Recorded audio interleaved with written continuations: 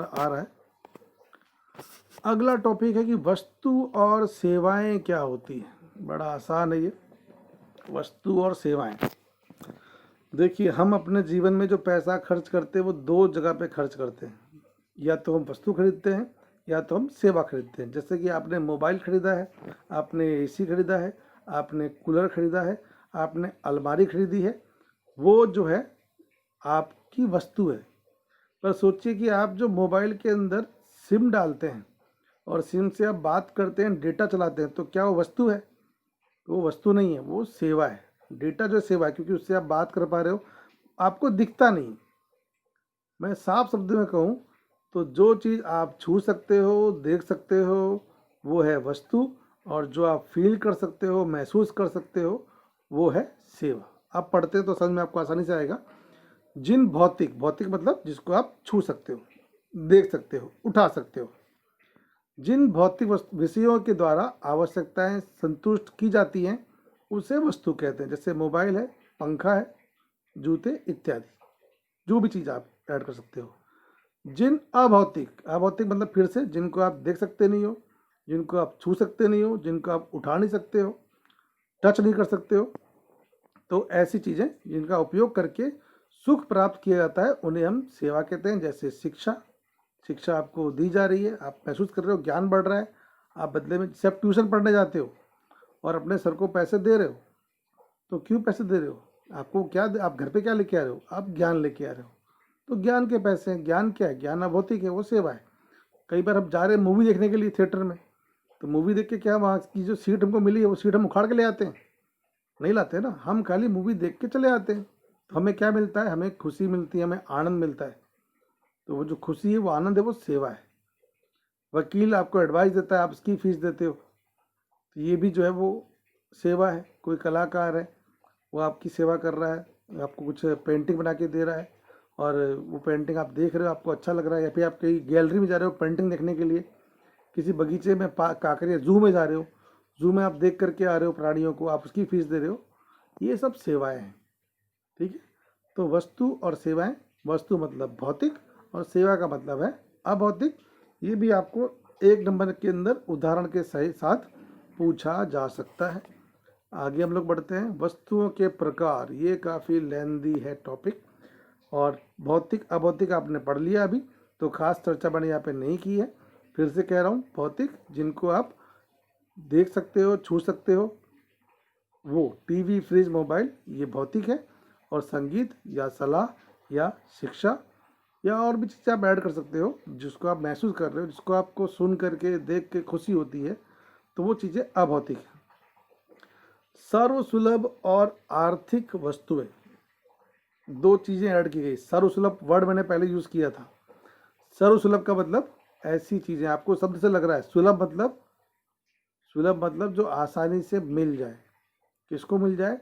सर्व को, सभी को जो आसानी से मिल जाए, ऐसी वस्तु को हम कहते हैं सर्वसुलभ। और जो सबको आसानी से ना मिले, जिसकी कमी हो, उसको हम कहते हैं आर्थिक वस्तुएं। पर हम व्याख्या पे आते हैं। जिस वस्तु की पूर्ति पर किसी का अंकुश ना हो,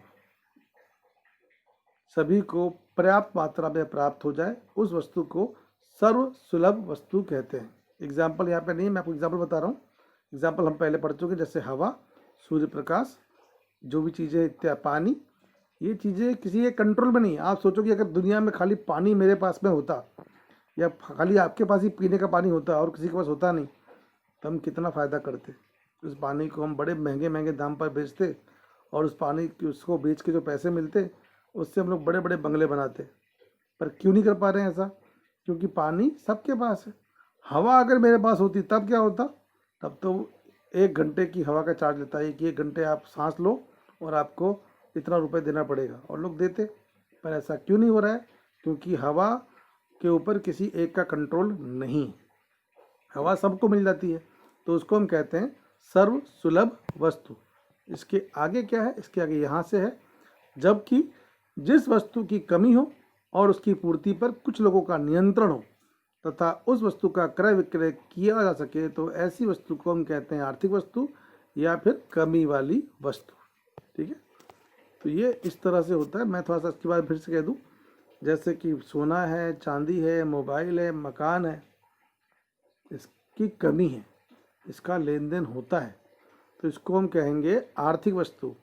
लेकिन बार बार आ रहा है, हवा है, सूर्य प्रकाश है, बादल है, इन सब की कोई कमी नहीं है, इसके लिए इनका लेन देन नहीं हो सकता, और ये है सर्व सुलभ वस्तु। तो दो हो गया, सर्वसुलभ और आर्थिक वस्तु। आगे बढ़ रहे हैं हम लोग। दो और वर्ड आपके सामने आ गए, एक है टिकाऊ वस्तु और दूसरा है नाशवान वस्तु। नाम से ही समझ गए आप लोग कि टिकाऊ का मतलब है जो लंबे समय तक रख सकते हो, और नाशवान का मतलब है कि जो लंबे समय तक नहीं रख सकते। व्याख्या पढ़ रहा हूँ। टिकाऊ वस्तु, कई वस्तुओं का उपयोग लंबे समय तक और कई बार किया जा सकता है, ऐसी वस्तु को टिकाऊ वस्तु कहते हैं, जैसे वाहन, घड़ी, पंखा इत्यादि। आपकी बाइक है, आप चला रहे हो, आज चला रहे हो, कल चला रहे हो, परसों चला रहे हो, काम चल रहा है आपका। जूते भी चल रहे हैं, घड़ी भी चल रही है, टीवी आप रोज़ देख रहे हो, मोबाइल रोज़ चला रहे हो, तो ये टिकाऊ वस्तु है। लेकिन ब्रेड, ब्रेड क्या है? आपने खाया, ख़त्म। दूध पिया, ख़त्म। बिस्किट खाया, ख़त्म। फल खाए, ख़त्म। तो नाशवान वस्तु, कई वस्तुओं का उपयोग करते ही उन वस्तुओं का अंत हो जाता है। उपयोग करते ही, एक चीज़ और मैं ऐड करना चाहूँगा कि कई वस्तुओं का उपयोग करते ही, लेकिन एक चीज़ और है, इनका उपयोग नहीं भी करोगे, इनका उपयोग नहीं भी करोगे तो भी ये कुछ समय में नष्ट हो जाएंगे। दूध है, बिस्किट है, फल है, उपयोग करते हो तो ख़त्म हो ही जाएगा, पर उपयोग नहीं करते हो, महीनों महीनों आपने रख दिया। जैसे मान लो कि आपका बर्थडे था आपका, और गलती से 2 केक आ गए, तो आप क्या ऐसा सोचोगे कि हाँ 2 केक आ गए तो एक केक इस साल काट लेते हैं और दूसरा केक अगले साल काट लेंगे? हो सकता है ऐसा? नहीं होगा। क्यों नहीं होगा? क्योंकि जो केक है वो नाशवान वस्तु है। नाशवान वस्तु का उपयोग करते ही वो नष्ट हो जाएगी, उसका लंबे समय तक संग्रह हम नहीं कर सकते। ठीक है, 2 मुद्दे क्लियर हुए आपके। एक, टिकाऊ वस्तु लंबे समय तक उपयोग कर सकते हो, कई बार कर सकते हो, और नाशवान वस्तु का प्रयोग एक बार ही होगा, उपयोग करते ही वस्तु खत्म हो जाएगी, और नहीं उपयोग करोगे तो भी कुछ समय के बाद वो खराब हो जाएगी। ठीक है, आगे बढ़ें। आगे चौथा मुद्दा, निजी और सार्वजनिक वस्तु। निजी का मतलब है प्राइवेट, और सार्वजनिक का मतलब है सरकारी। अब निजी वस्तु कौन सी होगी? निजी वस्तु जो किसी की मालिकी की है। व्याख्या पढ़ देते हैं पहले। वस्तु की मालिकी किसी व्यक्ति या संस्था की हो तथा वस्तु के उपयोग से संबंधित निर्णय लेने का अधिकार व्यक्ति या संस्था का हो, तो ऐसी वस्तु को निजी वस्तु कहते हैं। इन वस्तुओं की कीमत न देने वाले को उपयोग से वंचित रखा जा सकता है, आपका घर, वाहन, मोबाइल इत्यादि। जैसे कि ऑटो वाला। ऑटो वाला क्या है? वो ऑटो का मालिक है, उसकी इच्छा होगी तो आपको बैठाएगा, उसकी इच्छा होगी तो आपको नहीं बैठाएगा। आप दाम दोगे तो बैठाएगा, दाम नहीं दोगे तो नहीं बैठाएगा, इच्छा होगी तो फ्री में बैठाएगा। क्यों? क्योंकि ऑटो जो है वो सरकारी वस्तु नहीं है, वो निजी वस्तु है, और निजी वस्तु के का जो निर्णय लेने का अधिकार, डिसीजन लेने का अधिकार, वो उस वस्तु के मालिक का होता है। तो निजी वस्तु, इसी तरह से कोई और वाहन की बात कर लो, कोई प्राइवेट स्कूल की बात कर लो, कोई प्राइवेट अस्पताल की बात कर लो, तो ये निजी वस्तु है। उनमें काम कैसे कैसे होगा, कैसे नहीं होगा, ये डिसीजन उस वस्तु का, उस जगह का जो मालिक है वही ले पाता है। पर इसका अपोजिट सार्वजनिक वस्तु, जिसकी मालिकी सामूहिक रूप से सरकार की है। रेलवे की जो मालिक है वो सरकार है, और जिसके उपयोग से समाज को वंचित नहीं रख सकते। अगर रेलवे है तो रेलवे के अंदर किसी की मर्जी चलेगी नहीं। आपको जो आपने टिकट मान लो ले लिया है, तो फिर वो जो ट्रेन चला रहा है ड्राइवर, वो आपको उतार सकता नहीं। टिकट आपके पास में है, या पेनल्टी आप भर दोगे, आप तैयार हो तो आप बैठ सकते हो। तो जो सरकारी बगीचा है, वहाँ पे आप जा रहे हो, बैठे हो, तो वहाँ पे कोई आपको निकाल सकता नहीं। लेकिन अगर प्राइवेट बगीचा है, किसी के घर का कोई फार्म हाउस है, घर पे आप चले गए, तो वहाँ से आपको धक्के मार के निकाल सकता है वो। तो जिसकी मालिकी सामूहिक रूप से सरकार की है, जिसके उपयोग समाज को वंचित आप नहीं रख सकते, उन वस्तुओं को सार्वजनिक वस्तु कहते हैं। जैसे पार्क है, सड़क है, कोई तालाब सरकारी है, सार्वजनिक जगह है, तो वहाँ से आपको उसके उपयोग से कोई वंचित रखेगा नहीं। ठीक है, तो निजी वस्तु जिसकी मालिकी किसी व्यक्ति की हो, सार्वजनिक वस्तु जिसकी मालिकी सामूहिक रूप से सरकार की हो। ये दो इसके अंतर है।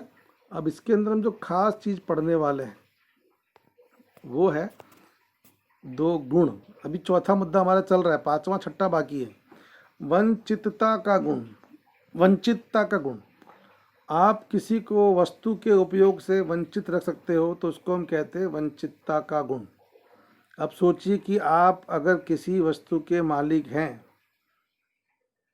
तो आप उस वस्तु के उपयोग से, आपके पास बाइक है और कोई इंसान आपसे लिफ्ट मांग रहा है तो आप उसको लिफ्ट दो या ना दो, ये आपकी मर्जी है। अगर आप चाहते हो ना दो तो आप उसको नहीं दोगे लिफ्ट, तो ऐसे में आप वंचित कर सकते हो। अगर आपकी खुद का वाहन है, निजी संपत्ति है, तो आप उसके उपयोग से किसी को वंचित करना चाहो, दूर रखना चाहो, तो आप उसको वंचित कर सकते हो। तो वंचितता का गुण किस में होता है? निजी वस्तु में होता है। और वंचितता का गुण किस में नहीं होता है? सार्वजनिक वस्तु में नहीं होता है। सरकारी जगह है, सरकारी बगीचा है, तो वहाँ पर अगर सब लोग बैठे हुए हैं तो आप किसी को भी वहाँ से निकाल सकते नहीं हो। तो वंचितता का गुण सार्वजनिक वस्तु में नहीं होगा, निजी वस्तु में वो होगा। पढ़ लेते हैं। कीमत ना चुकाने वाले को वस्तु का उपयोग ना करने दिया जाए तो उसे वंचितता का गुण कहते हैं, जो निजी वस्तु में होता है और सार्वजनिक वस्तु में नहीं होता। नेक्स्ट, स्पर्धात्मकता का गुण। कंपटीशन माने की जो स्पर्धा है उसकी बात करते हैं, और वो भी इसी तरह से जिन वस्तुओं की कमी होती है उन्हें पाने के लिए लोगों में स्पर्धा देखने को मिलती है। लोगों का हवा, पानी, सूर्य प्रकाश में कंपटीशन नहीं है। लोगों का सोना, चांदी, वाहन, इनमें कंपटीशन है। तो इसको हम कहते हैं स्पर्धात्मकता का गुण। तो पहली व्याख्या आ गई कि स्पर्धात्मकता का गुण अर्थात क्या? तो जिन वस्तुओं की कमी है उन्हें पाने के लिए लोगों में स्पर्धा होती है, इसको हम कहते हैं स्पर्धात्मकता का गुण, जो निजी वस्तु में होता है। लोग बाइक खरीदना चाहते हैं, लोग बाइक से आगे अच्छे अच्छे फ़ोन खरीदना चाहते हैं, रेडमी के नए नए फ़ोन आ रहे हैं तो उसके लिए ड्रॉ होता है। पर सार्वजनिक वस्तु जो है उसमें इस तरह का कोई स्पर्धात्मकता का गुण देखने को नहीं मिलता। तो निजी वस्तु में कौन कौन से गुण होते हैं? निजी वस्तु में दोनों गुण होते हैं। दोनों मतलब वंचितता का गुण भी होता है और स्पर्धात्मकता का गुण भी होता है। और सार्वजनिक वस्तु के अंदर वंचितता का गुण भी नहीं होता और स्पर्धात्मकता का गुण भी नहीं होता। ठीक है, इसको आप एक अलग तरह से समझो, मैं उल्टा कहता हूँ। अवंचितता का गुण। अवंचितता मतलब वंचितता का उल्टा। अवंचितता अर्थात आप किसी को उपयोग से दूर नहीं रख सकते। तो ये किस में होगा? ये होगा सार्वजनिक वस्तु में। सार्वजनिक वस्तु में अवंचितता का गुण होता है। और कौन सा नहीं होता? वंचितता का नहीं होता। तो बेहतर समझ में आएगा। इसी तरह से स्पर्धात्मकता का अपोजिट क्या होगा? अस्पर्धात्मकता। अस्पर्धात्मकता का गुण होता है सार्वजनिक वस्तु में, और क्या नहीं होता? स्पर्धात्मकता का गुण नहीं होता। अब इस तरह से अब इकट्ठा हो गया यहाँ पे आखिरी में, ये है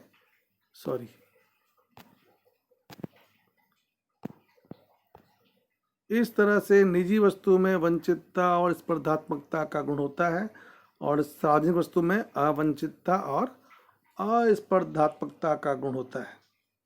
ठीक है, समझ गए? अब पांचवा और छठा मुद्दा हम पूरा करके टॉपिक को ख़त्म करेंगे।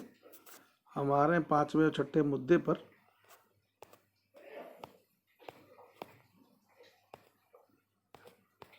ज़्यादा ही आगे हाँ, पांचवा मुद्दा और आखिरी मुद्दा, उपयोग की वस्तु और उत्पादक वस्तु। ये और दो प्रकार है। ग्राहक, आप और हम ग्राहक हैं। हम लोग को अगर मान लो उपयोग की वस्तु हमारे लिए क्या हो सकती है? हमको अगर जीन्स पैंट चाहिए तो जीन्स पैंट हमारे लिए होगी उपयोग की वस्तु। पर यही वस्तु अगर दर्जी बना रहा है, जीन्स बना रहा है, तो उसको क्या चाहिए होगा? उसको कपड़ा चाहिए होगा, उसको चैन चाहिए होगी, उसको बटन चाहिए, उसको धागे चाहिए और उसको सिलाई मशीन चाहिए। तो उसके लिए वो वस्तु मांग, जो दर्जी है वो मांग कर रहा है कपड़े की, बटन की, चैन की, मशीन की। और हम क्या मांग कर रहे हैं? हम मांग कर रहे हैं जीन्स पैंट की। तो जीन्स पैंट की मांग हम क्यों कर रहे हैं? क्योंकि हम जीन्स पैंट पहनेंगे। तो ये हो गई प्रत्यक्ष वस्तु हमारे लिए, क्योंकि हम यूज़ करने वाले हैं। पर जो दर्जी कपड़े की मांग कर रहा है, तो क्या दर्जी कपड़ा पहनने वाला है? दर्जी कपड़ा पहनेगा नहीं। दर्जी कपड़ा लेकर के, बटन लेकर के, चैन लेकर के, मशीन लेके जीन्स को बनाएगा और बना करके बेचेगा। तो ये दो प्रकार हो जाएंगे। उपयोग की वस्तु अर्थात उसको हम कहते हैं प्रत्यक्ष वस्तु, जो कौन खरीदता है? जो ग्राहक खरीदता है। जो वस्तु प्रत्यक्ष तौर पर हमारी आवश्यकता की पूर्ति करती है, उन वस्तुओं को प्रत्यक्ष वस्तु या उपयोग की वस्तु कहा जाता है, जैसे तैयार कपड़े या फिर चश्मा। तो हम लोग खरीदते हैं। क्यों खरीदते हैं? यूज के लिए। उत्पादक वस्तु या परोक्ष वस्तु, जो वस्तु उत्पादन प्रक्रिया में भाग लेकर तुष्टि गुण का सृजन करने में सहायक होती है। वस्तु उत्पादन, जैसे सिलाई मशीन जो है, उसका प्रयोग करेंगे तो सिलाई जल्दी होगी। खेती में ट्रैक्टर का प्रयोग करेंगे तो खेती जो है वो जल्दी होगी। तो किसान खेती के अंदर ट्रैक्टर की मांग करता है, दर्जी जो है सिलाई मशीन की मांग करता है। तो उनके लिए वो उपयोग की वस्तु जो है वो प्रत्यक्ष वस्तु नहीं है, वो उत्पादन करने के लिए काम में ले रहा है। तो यहाँ पर जो किसान के लिए ट्रैक्टर है और सिलाई मशीन है, वो बन जाता है उत्पादक वस्तु या फिर परोक्ष वस्तु। व्याख्या पढ़ लेते हैं। जो वस्तु उत्पादन प्रक्रिया में भाग लेकर तुष्टि गुण का सृजन करने में सहायक होती है, उस वस्तु को उत्पादक या परोक्ष वस्तु कहते हैं। जैसे कपड़ा सिलने की मशीन या फिर खेती के लिए जो ट्रैक्टर है, ये सब उत्पादन में हेल्प करते हैं। तो उत्पादन में हेल्प करते हैं, इसके लिए इनको हम कहते हैं उत्पादक वस्तु। और जो हम उपयोग करते हैं उसको हम कहते हैं उपयोग की वस्तु या फिर प्रत्यक्ष वस्तु। ठीक है, बहुत जल्दी मिलते हैं दोबारा। धन्यवाद। अगला मुद्दा बड़ा छोटा सा है और ये मुद्दा है कल्याण। कल्याण क्या होता है? हमने भी ये कल्याण शब्द सुना हुआ है। कल्याण का मतलब, कल्याण की जो व्याख्या है, मैं सीधा व्याख्या पे आता हूँ। व्याख्या जब पढ़ोगे तो सब क्लियर होगा। व्याख्या बड़ी सिंपल और छोटी सी, बड़ी प्यारी सी व्याख्या आपके सामने है। कल्याण अर्थात परिस्थितियों में सुधार। आप जिस भी कंडीशन में अभी हैं, आप उससे बेहतर हो जाए, आपकी सिचुएशन सुधर जाए, आपकी इनकम अच्छी हो जाए, आपका रिजल्ट अच्छा हो जाए, तो इसको हम कहेंगे कल्याण। पर क्योंकि हम अर्थशास्त्र की बात कर रहे हैं, तो हम बात करेंगे आर्थिक स्थिति की। आपका जो भी भोजन है, खान पान है, वो पहले से अच्छा हो जाए, तो इसको कहा जाता है कल्याण। और सिंपल व्याख्या, परिस्थिति में सुधार। इसके प्रकार, कल्याण के दो प्रकार, बार बार वही दो प्रकार हैं, व्यक्तिगत, सामाजिक, सामूहिक। ये बार बार आप समझ गए होंगे अब तक। व्यक्तिगत मतलब इंडिविजुअल, व्यक्तिगत अर्थात एक, और सामूहिक या समाज अर्थात सभी लोग। तो व्यक्तिगत कल्याण मतलब किसी एक व्यक्ति का भला, व्यक्ति या परिवार की जीवन शैली में सुधार हो रहा हो तो उसे व्यक्तिगत कल्याण कहेंगे। अगर आपके अकेले के परिवार का सुधार हो रहा हो, अभी मैंने एक जगह देखा था, सुदामा का सीरियल था, श्री कृष्णा, उसमें अगर सुदामा जी सिर्फ अपने ही नए मकान के लिए कृष्ण भगवान से बोलते और कृष्ण भगवान उनका नया मकान बनवा देते, बाकी लोगों का नहीं बनवाते, तो ये होता व्यक्तिगत कल्याण। तो किसी एक व्यक्ति का भला या उसकी जीवन शैली सुधर जाए, अच्छा खान पान, अच्छा भोजन, अच्छा रहन सहन, तो इसको हम कहेंगे व्यक्तिगत कल्याण। पर इसमें कुछ चेंज है। सामूहिक कल्याण अर्थात व्यक्तियों के समूह यानी समाज, समूह मतलब समाज, आसपास जो लोग हैं और सब लोग, उनके जीवन शैली में सुधार की बात हो तो उसको हम कहेंगे सामूहिक कल्याण। और ये कब हो पाएगा? ये तब होगा जब सड़कें, बगीचे, स्वास्थ्य केंद्र, अस्पताल, धर्मशालाएं जो ज़्यादा बनेंगे, तो ये दिखाते हैं सामूहिक कल्याण। और अब जो आ रहा है एक लाइन आपके लिए कि अर्थशास्त्र में हमें कौन से कल्याण पर ध्यान देना चाहिए, किसी एक व्यक्ति के कल्याण पर ध्यान देना चाहिए या फिर व्यक्तियों के समूह के कल्याण पर ध्यान देना चाहिए, तो हमारा जवाब ये है कि अर्थशास्त्र के अध्ययन में हमेशा सामूहिक कल्याण पर ही अधिक से अधिक ध्यान देना चाहिए।